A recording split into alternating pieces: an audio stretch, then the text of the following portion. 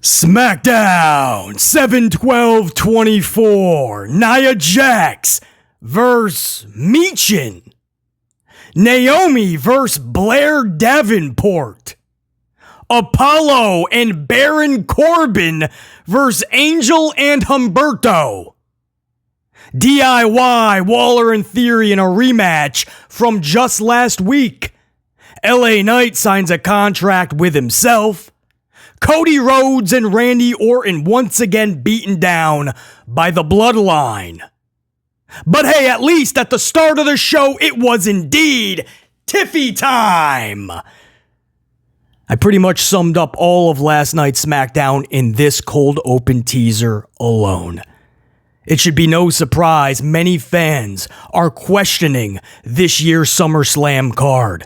The biggest event of the summer, the second biggest event in that company's calendar year, and the 8 projected matches, 5 that have basically already been announced, are not really making fans go, that is SummerSlam worthy. Instead, they're saying that sounds like a glorified Raw or a glorified SmackDown. That, of course, is an issue because SummerSlam is just 21 days away. So what at this point can possibly even be changed? SmackDown 7/12/24. We talk about it all right now.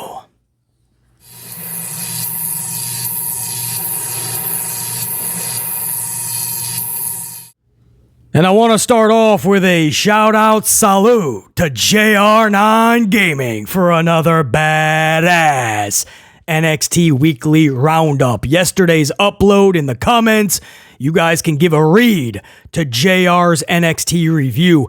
And I don't want to give any spoilers, but once again, he nailed it, as he felt it was a better show than recent weeks. And it looks like much of the community felt the same way, as viewership was up over 100,000. That was the birthday edition as well of JR's NXT Weekly Roundup. So give that a read. That was in yesterday's upload.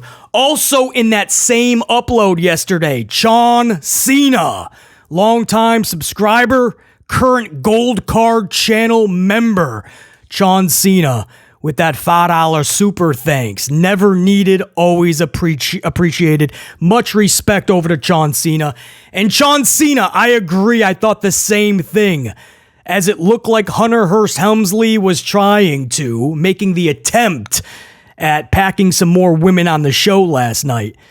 And you gotta think, was that a direct response to what happened on AEW Wednesday night to end the show?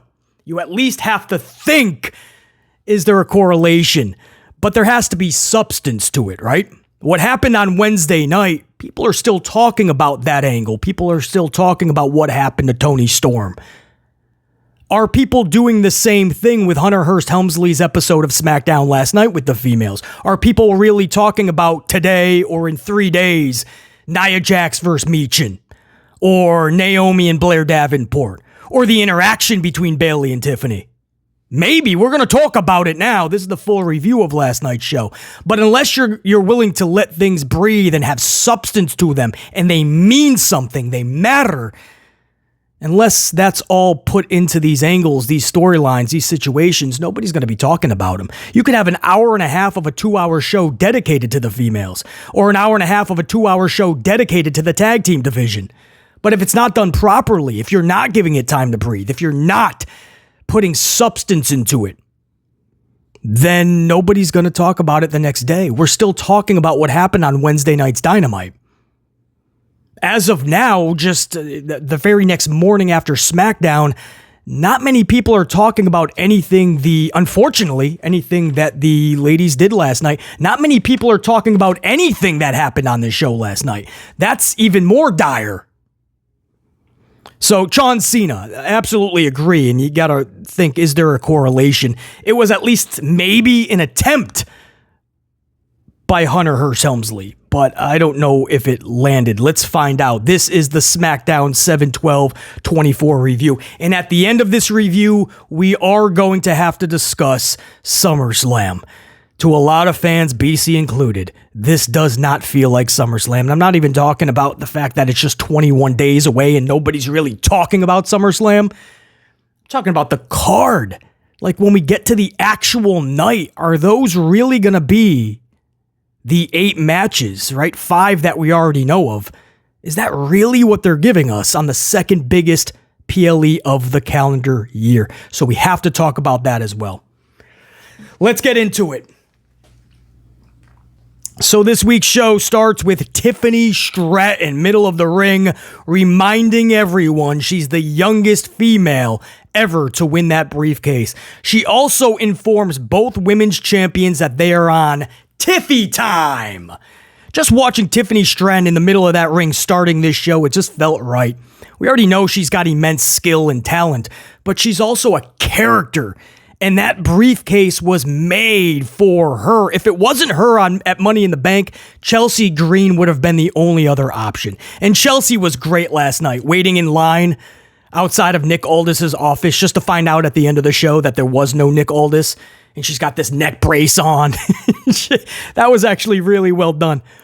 But Tiffany Stratton, man, all was right seeing her in the middle of that ring. She's a star, and it's TV gold when she is on. So Bayley would come to the ring eventually. Bayley tries complimenting Tiffany Stratton, actually. Her feats, how she won Money in the Bank, and how Bayley kind of took the same path. But Stratton was having none of it. So Bayley kind of changes tone, right? Bayley says if she's not careful, she'll be the first female to fail a cash-in. BC didn't even think of that.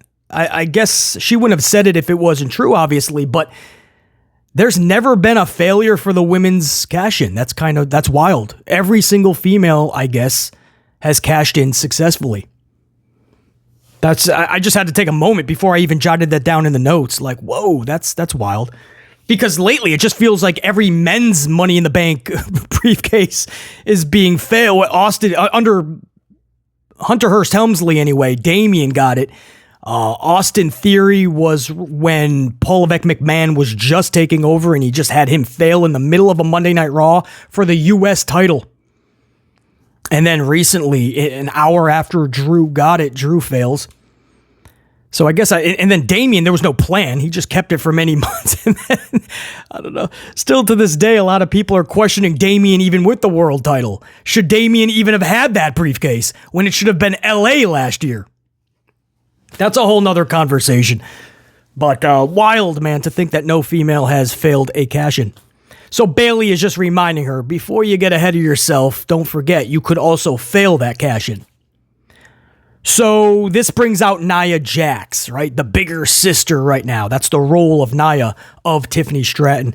Nia hits the ring. Words turn to fists as Michin then hits the ring with a kendo stick to even the odds. Little bit of a brawl, possibly, I believe. Then we go to break. When we come back, there's a one-on-one match between Jax and Michin. This was already announced earlier in the day, so this was just a bunch of hoopla to get us to that match. Jax squashes Michin with a bonsai butt splash. Literally and figuratively squashes Michin.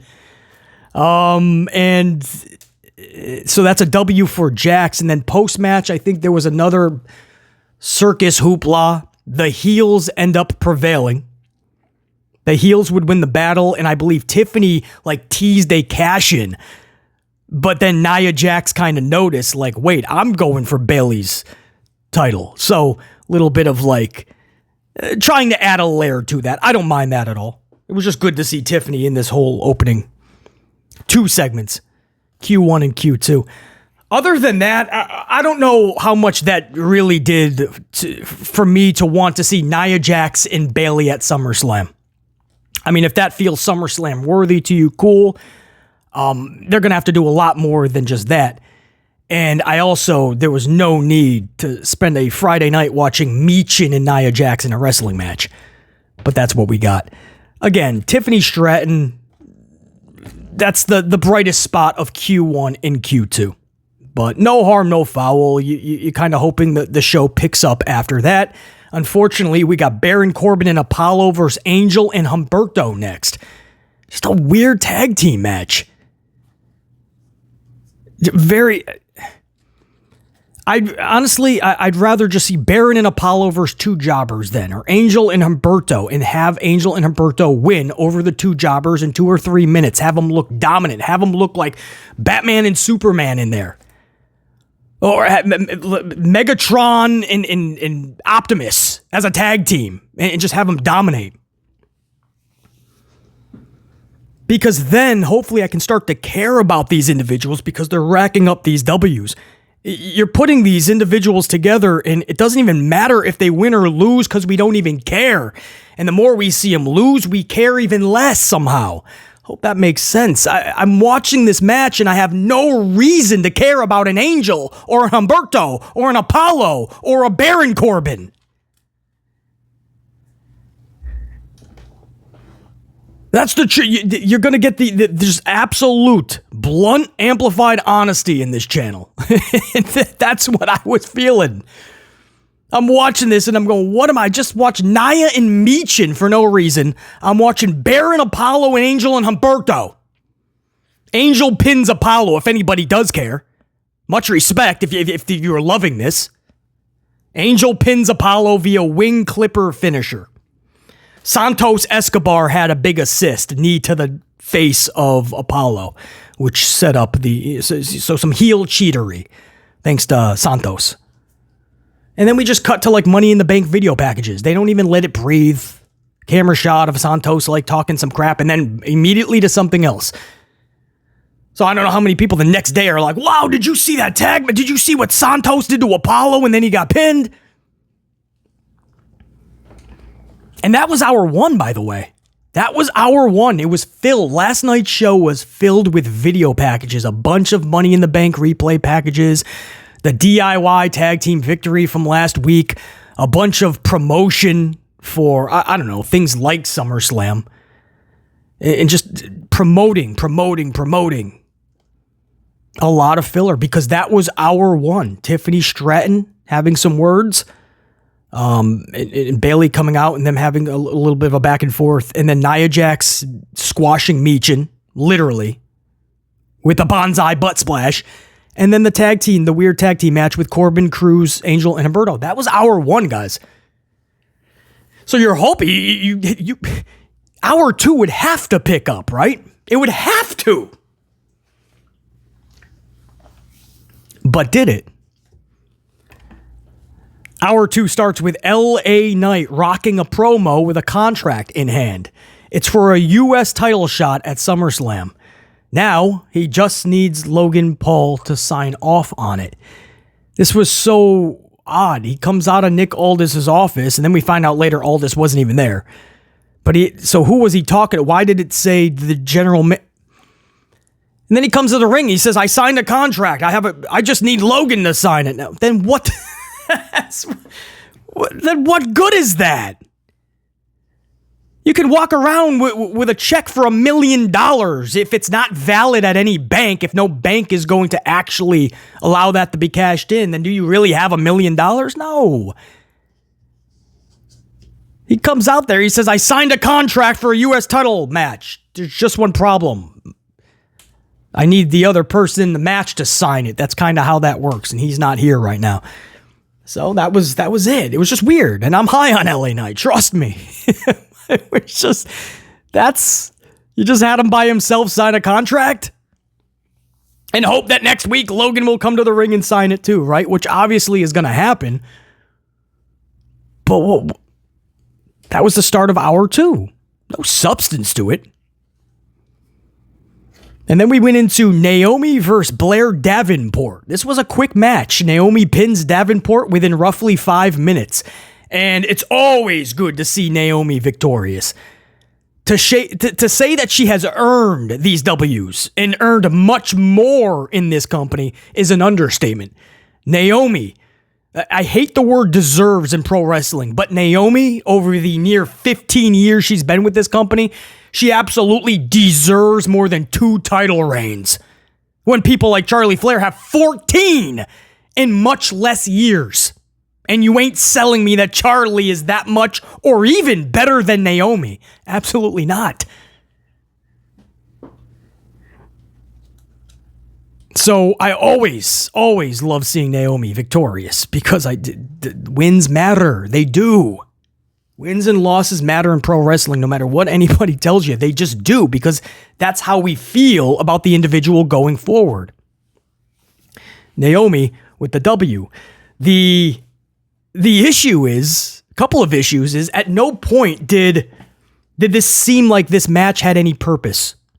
Right? At no point did it seem like commentary was really giving us a purpose for the match. At no point did you think that after the match something big was, going to be driven from what happens in the match. No substance at all. In fact, Naomi pins Davenport and Corey Graves takes us right to a video package of DIY winning the tag titles last week. Literally. They didn't let anything breathe. There was nothing post-match. There was no setup for Naomi for something else other than backstage. A segment later, Davenport just dropped her backstage, gave her an elbow to the back of the dome piece, laughs, and walks away. So is that setting up Davenport Naomi Part 2? Yay! Whip out your wallets, take out any card. You gotta pay for Davenport Naomi Part 2. At no point did it seem like there was any substance to this or any purpose. And after the match, they didn't even let it breathe. Corey Graves just takes us to the tag title victory last week from DIY. And I have to question, right? This is going to be a couple-minute conversation, but why not? I got a few extra minutes. I got a little bit of coffee left. Let's talk about it. I don't feel like Blair Davenport. I have to question why Blair Davenport was even in this match. Because... And I get it, right? Well, BC, it's a heel and a face. At least Hunter Hearst Helmsley did a heel face because we all know Helmsley loves face versus face and then shake hands afterwards. He loves heel versus heel. Like Gunther and Priest, one half of your main events at SummerSlam. He loves face, heel. So at least this is a heel and a face. And BC, you have to have wrestlers face each other. Otherwise, you don't have a show. No. I get all that. But if you're asking what more can you do than face versus heel, Davenport versus Naomi. Davenport needs somebody, BC. Naomi needs to face somebody, BC. My answer is, how about you build these individuals? Build them. That's why jobber matches need to be a thing. This match was less than 5 minutes. You lose nothing by having Handjob Holly in there, getting beat by Naomi in 2 or 3 minutes, maybe even 4. Or Davenport, who's brand new to the roster, who really needs to show, especially the casual fan, why they should care about her. That's why she needs to be victorious, so that even the casual fan can go, don't know much about her, but she's clearly a winner. People like to back winners. Nobody wants to see all these new people come in and just start losing left and right. So build them. Don't put Davenport in there with Naomi. Put Davenport in there with Handjob Holly from the local bingo hall and have Davenport wreck this woman. Let everybody see Davenport's arsenal, what she's capable of, why we should care. Showcase Davenport. We don't do that anymore. We chuck them right up against other superstars, and then Superstar A has to beat Superstar B. But if you wait a couple weeks and you take a couple L's, we'll give you a 3-match win streak next month against Superstar B, C, and D. Makes no sense. Build them up. There's this Hunter Hearst Helmsley mentality that every new wrestler has to immensely lose and then get rebuilt. Right, it's this Hunter Hearst Helmsley mentality where, welcome to the main roster, you're going to lose a bunch. They're going to break you down, humble you down, and then we're going to rebuild you. They're new to the roster. They don't need to be rebuilt. You get one chance at a first impression. One chance. If you build them correctly, you won't have to rebuild them. From the jump, build them. Let everybody see, hey, this wrestler is here and this is why. This is what they do. Could you imagine? It doesn't matter what era you started watching wrestling, by the way. What generation, what era, what year or decade. It doesn't matter. You can go back to Warrior, right? What made Warrior special? The dude won. He was a winner. People wanted to back him. They knew that when he comes out, this is going to be awesome. Literally awesome. Not just chanting it while you're sitting on your thumbs at a live event. Literally awesome when Warrior comes out because you know you're going to get a spectacle. You guys realize Ultimate Warrior, his first 35 matchups, victorious. 35 matches in a row. If you're wondering why people pretty much instantly got behind Warrior, it wasn't just because he ran real fast, he had his face painted, he shook the ropes. They were backing a real winner. He was literally awesome. 35 matches when he started all W's. He finally took an L to Honky Tonk Man, I believe. But by that point, didn't hurt him at all. Guy was already a freak of nature, a beast. 35 match, that's how you debut somebody. And then even after his debut, after that first, second, third, fourth, fifth impression and beyond, Warrior was there to make that impression. Razor Ramon, 23 matches were W's. I believe his only hiccup in that 23 match period was The Undertaker twice. One of those, the first encounter, was a draw. Razor didn't even lose to Undertaker. The second time, I believe he did. Other than that, 23 straight matches W's when he arrived to WWF. Undertaker was his only hiccup. And even before that, Razor Ramon for weeks, a couple of months, all those vignettes. So when he got there, he was already special. Then he was booked really special.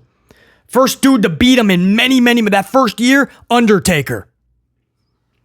Finn Balor. That's why I say it doesn't matter the era you started watching wrestling. A lot of you guys started at least with Finn Balor. You guys realize Finn Balor's first 75 matches in WWE, the only 4 people he lost to, a couple of them powerhouses, the other 2 you scratch your head, but in 75 matches, no harm, no foul. Miz, Neville, Samoa Joe, Roman Reigns. Only 4 people to beat Finn Balor in his first 75 matchups.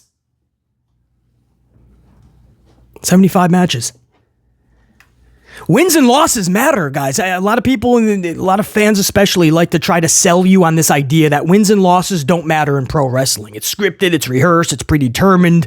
It doesn't matter. It absolutely matters. Not for the actual number, right? Like AEW, they post like the wins and losses, and I respect that. At least they try to honor a little bit more, but I don't need the actual thing. I don't need Natalya to come out with a 26-win, 52-loss record for the year or something. I don't need that. It just helps us feel a certain way about these wrestlers, right? We don't need to know the actual matchup count. We just need to have the feeling that they're winners. That when they come through that curtain, you know you're watching a badass. And if you build it correctly at the PLE, which used to be PPVs, when they go up against another badass that doesn't lose, or very rarely, that's what you're whipping your wallet out for. It doesn't matter the streaming service, if it's Netflix or if it's on a Peacock or it's on traditional pay-per-view for $40, $50, or $60. You gotta catch the card. You gotta watch these matches. It's worth paying the money for the streaming service or the standalone event. It's worth whipping your wallet out because you have to see this match. It's winner versus winner. But when you're taking these wrestlers that have already lost a bunch, it doesn't matter. A match that should feel special to most of us, like Gunther versus Dragunov, revisiting Walter and Dragunov, right? We were all anticipating that when Dragunov got to the main roster. Here we are just 2 months later, after Dragunov debuted, and ain't nobody looking forward to that match. Or if you know what they did in NXT, and you've seen how Dragunov has been booked, not many people are talking about that match anymore. Because it's like, if you can't even get past Ricochet that second time, you cannot pin Jey Uso. In a couple of attempts, you cannot beat Braun Breaker when Sami Zayn did it clean just recently. I mean, who can you pin Dragunov? And you're going to take on Gunther? That's why wins and losses matter. We don't need to know the actual count, but we need to have that feeling. So when guys like Warrior and Razor Ramon and Finn Balor and all those dudes showed up, they became something special because you couldn't look away. You couldn't put an L tag on them. They were racking W's. You knew when they came through that curtain, man, those are winners. You gotta check it out. They're doing special things. With Hunter Hearst Helmsley, I mean, you got guys coming in like Carmelo Hayes, Mello, or Dragunov, Cameron Grimes. Cameron Grimes loses a bunch and then he just gets Das Boot. Blair Davenport losing simplistically last night. She just got there. Hunter Hearst Helmsley, his mentality is, we're just going to break you down, totally humble you out, have you lose a bunch, let the audience see that we're not pushing you at all. We're not asking for the golden shovel to come out for Blair Davenport or the golden shovel and have Mello beat the entire roster 3 times over.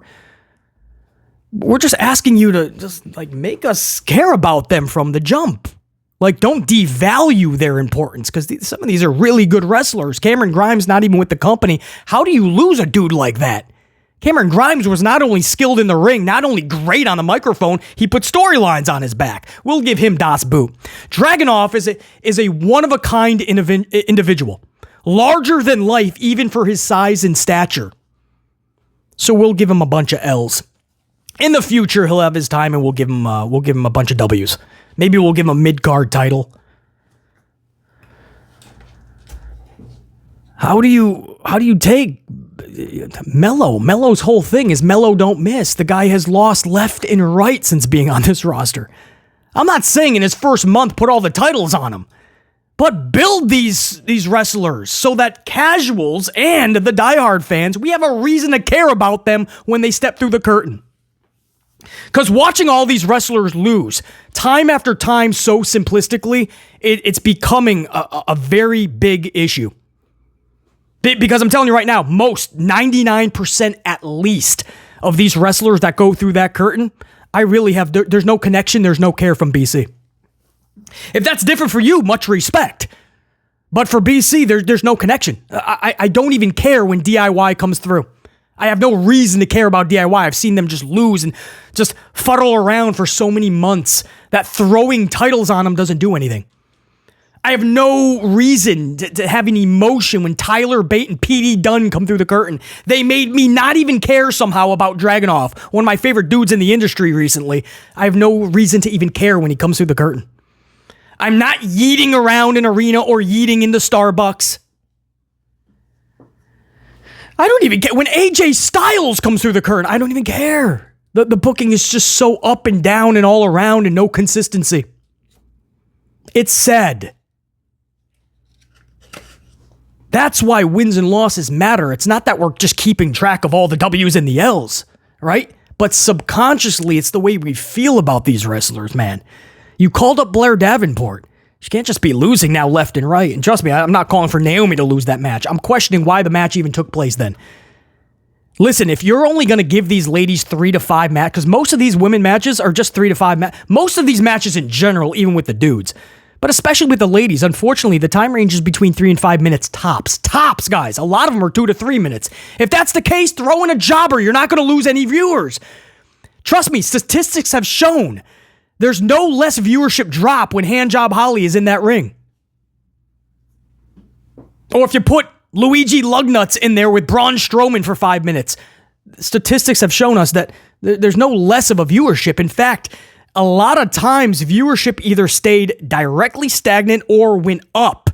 It's probably because people are intrigued with the whooping that bingo hall wrestler is taking from that superstar. You get to see all these power moves from that super. You get to see why that superstar is special, why they are a super in front of that star. You get to see all of that. I used to love watching Vader or Yokozuna or Bam Bam Bigelow just absolutely annihilate a human for 5 minutes. Now I'm watching everybody be average. These wrestlers can barely win, and at the end, somebody's giving the other a fruit roll-up. They're rolling them up. They're just barely beating them. Nobody looks dominant anymore. If you build from the jump, you won't have to rebuild from the jump.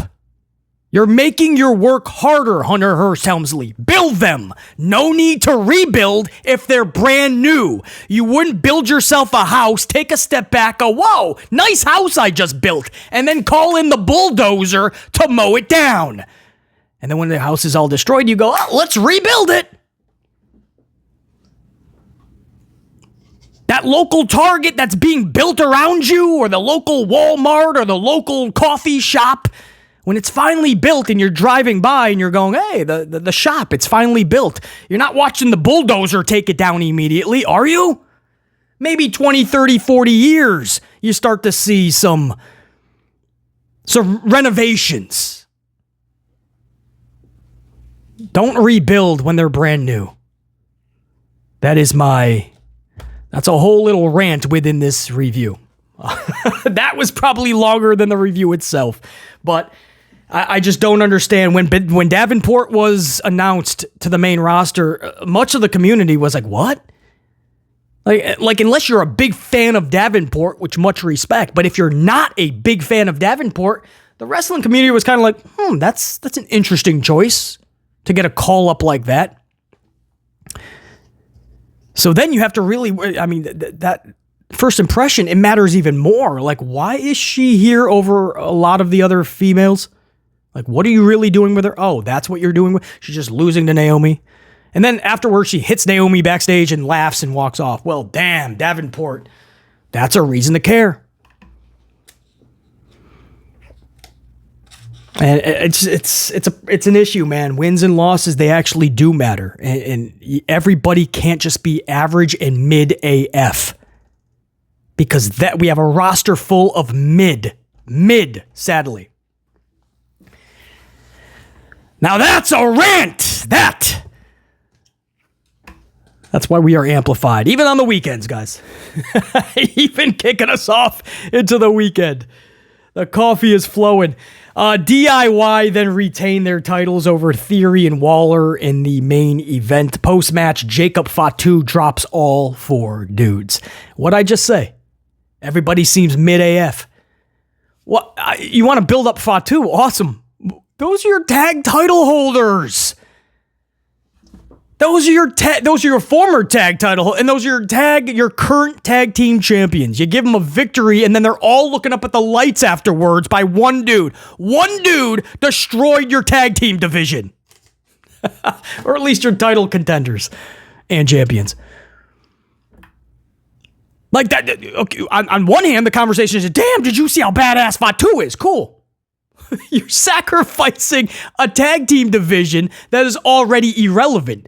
Go back to last week's SmackDown review. Check out the thumbnail and the headline. I'm literally questioning, what was my thumbnail? What happened to the tag division? That's the thumbnail. And that's after DIY, who we all, most of us anyway, respect. They win tag team championships. We should be thrilled, right? But we had to have the conversation last week. What happened to the tag division? There's been like 6 different sets of champions since WrestleMania. 2 different female champions for the tag titles, 2 separate Raw tag team champions, 2 separate SmackDown tag team champions. And Mania was just 2 or 3 months ago. 3 months ago. There is no tag division that's relevant.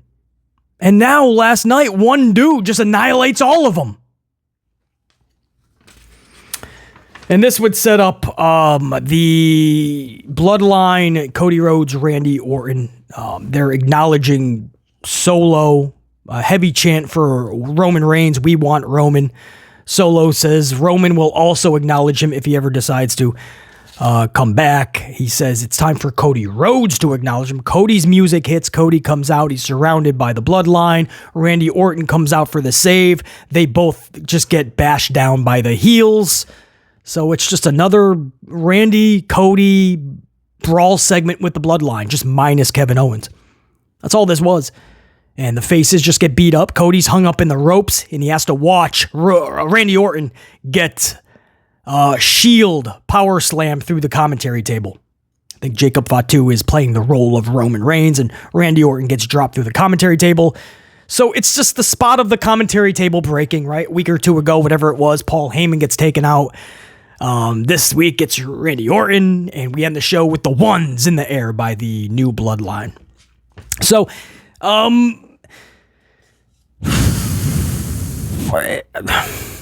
you have to build the Bloodline like that. I will say that. I will absolutely say that you have to build the Bloodline like that. Solo beating Cody Rhodes at Money in the Bank. All right.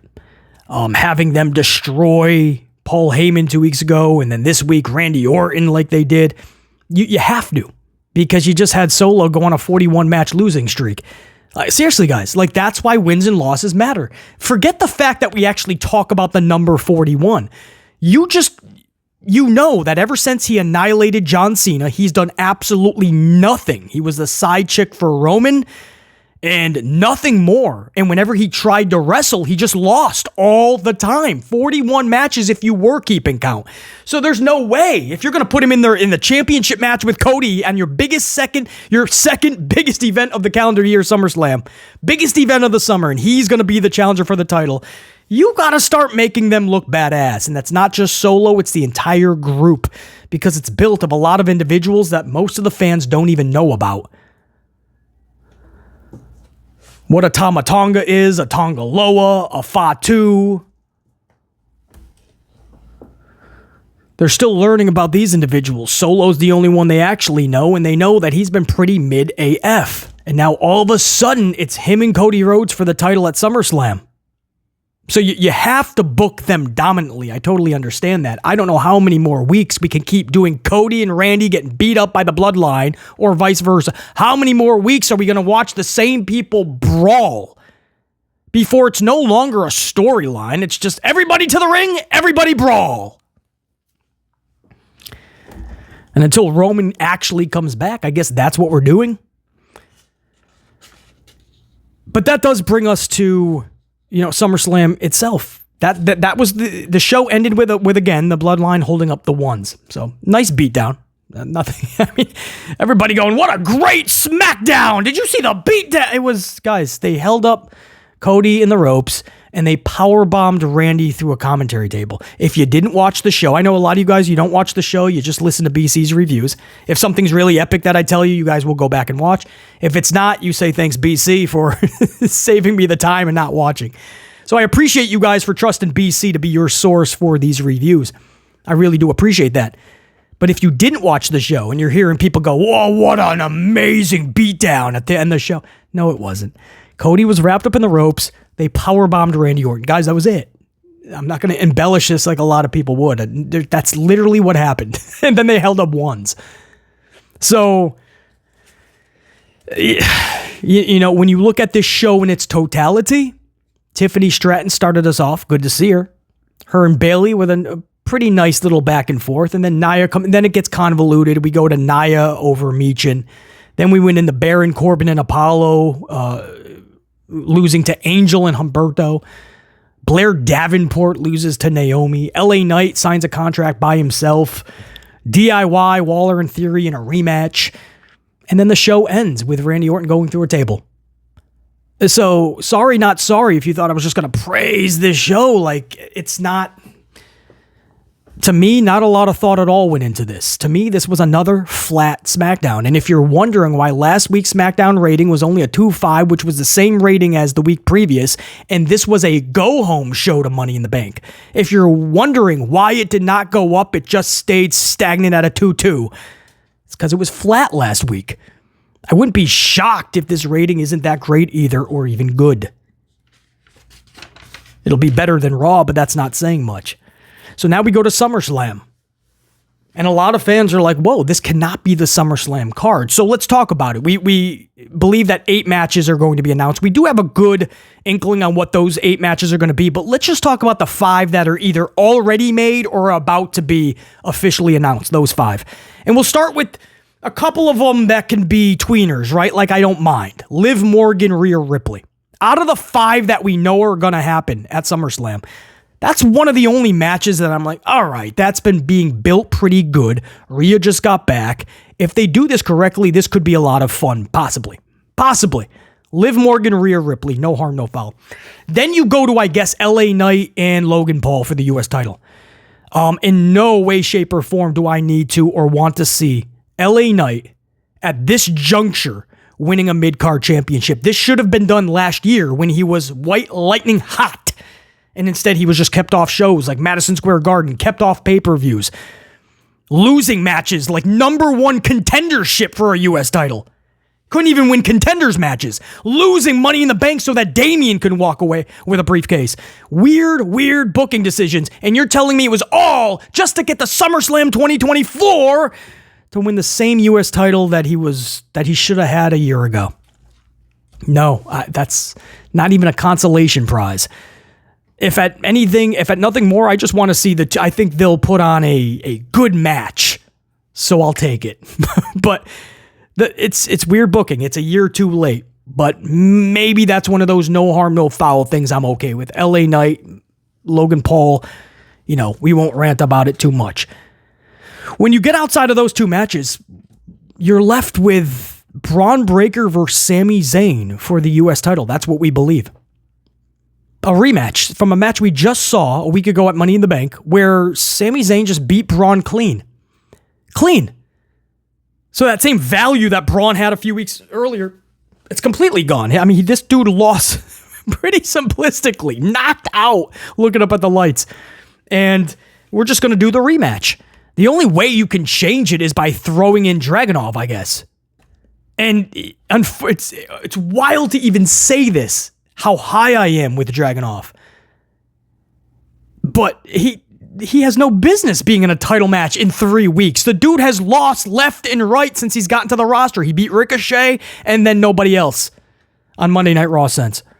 Or DQ loss against Braun last week, right? Somebody came in and helped out Dragunov. That's right. Who was it? Sheamus? No. Who was it? Somebody came out. Oh, it's Sami Zayn, I think. And then they both just got beat up. Sami Zayn and Dragunov. So you can't even realistically put Dragunov in that match. Even if you suspend disbelief, or as I call it, suspend belief, enter the wacky world of wrestling that we love, there's still no justification to put Dragunov in there. So you're just getting Braun and Sami in a rematch at the second biggest event of the year. Just so Braun can win the title at a bigger event. They didn't feel Money in the Bank was big enough. We'll hold off. We'll have him lose clean, flat on his back, looking up at the lights, and then you'll win it at SummerSlam. And then your two main events. It's a double main event. And you look at them both, and I'm like, I wouldn't even need to see this on Raw and SmackDown.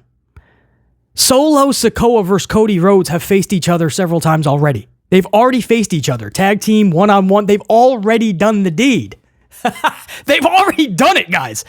That's the first thing. You probably don't even realize it because with this product, they want you to forget everything every week. And a lot of fans, thankfully for them, they do. But a lot of us were not forgetting the fact that Cody's already beaten this dude. Part of his 41 straight matches lost in a row for Solo. And that's your main event at SummerSlam, Solo Sikoa versus Cody Rhodes.